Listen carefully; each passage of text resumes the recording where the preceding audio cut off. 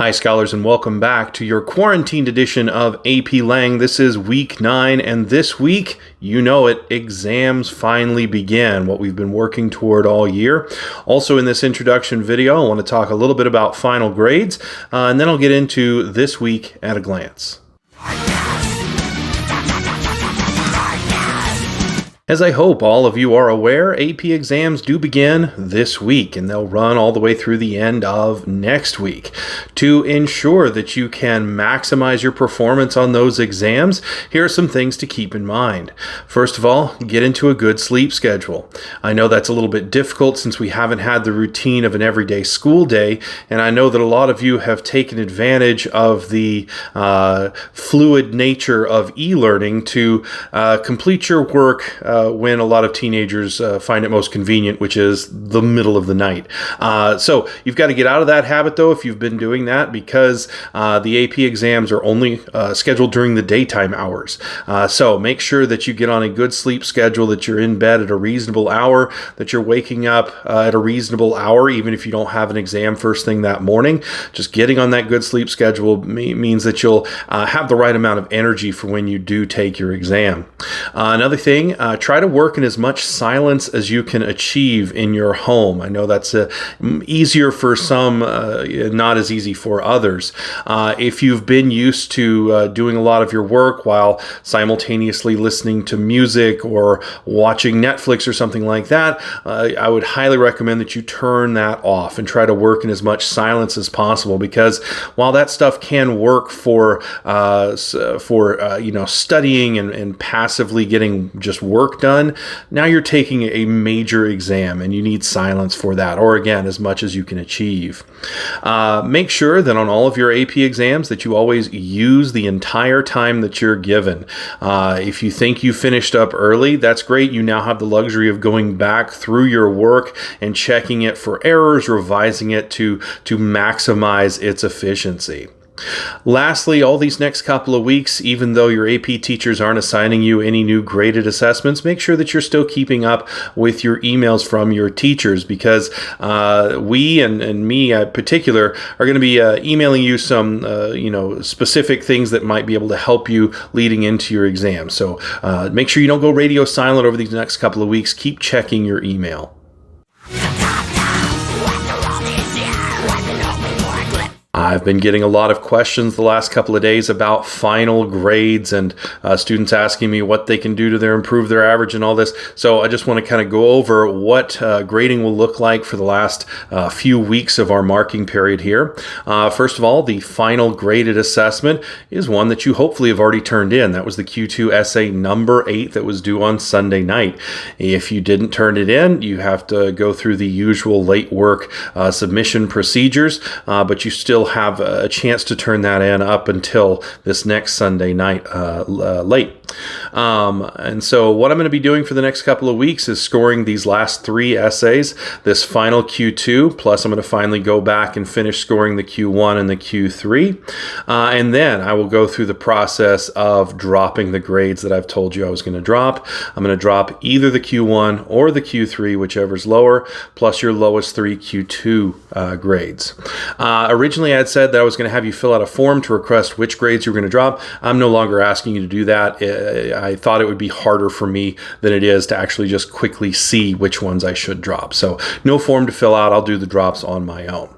Some things to keep in mind as I do process your final grades.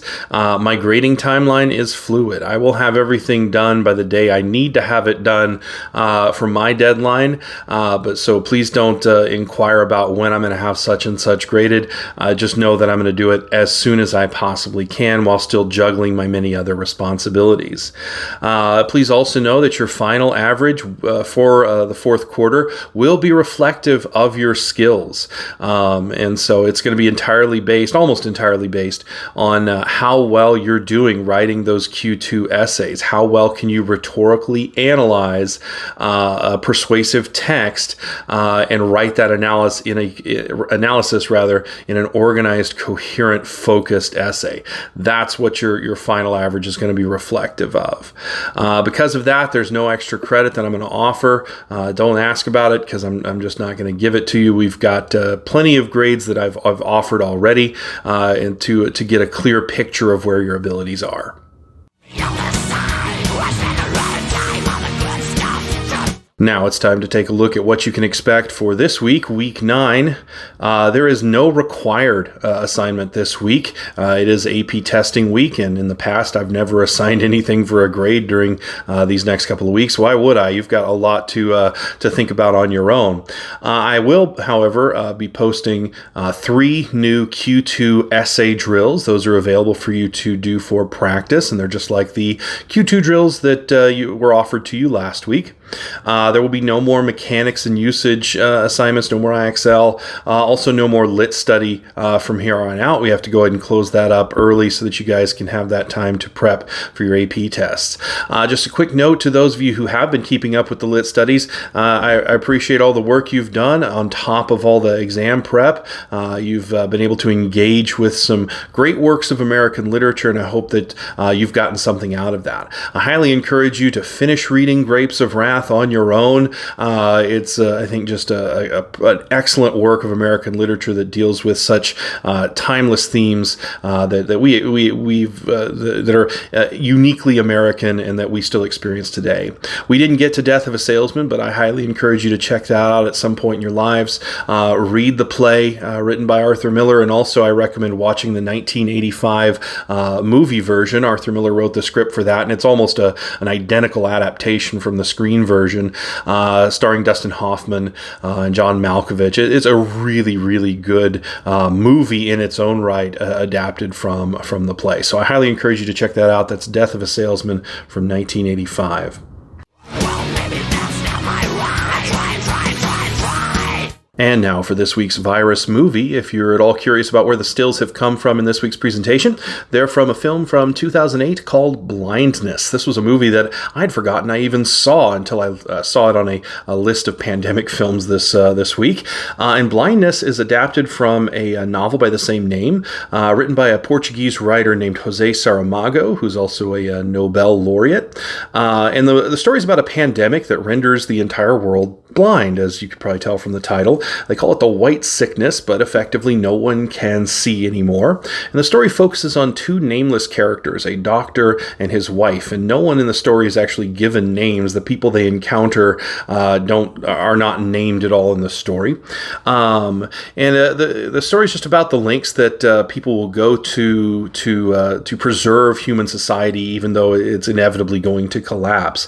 The blinded victims, the people who are turned blind by this pandemic, are treated with increasing brutality as governments and organizations try to contain the pandemic, going so far as to finally pen them up into literal ghettos. And so there's a lot of commentary there about how we treat, how societies treat, those that they deem as dangerous to their social cohesion or whatever. Anyway, the film stars Julianne Moore and Mark Ruffalo, and I encourage you to check it out. All right, scholars, that's all I have for you this week, week 9. Good luck on your AP exams. And remember, AP Lang isn't until the exam until next week, but I'm sure a lot of you have several exams that you're working for and worried about for this week. So good luck, show what you know, and as always, continue working hard, being nice, staying at home. And if you have any questions, don't hesitate to contact me, and I'll see you when I see you.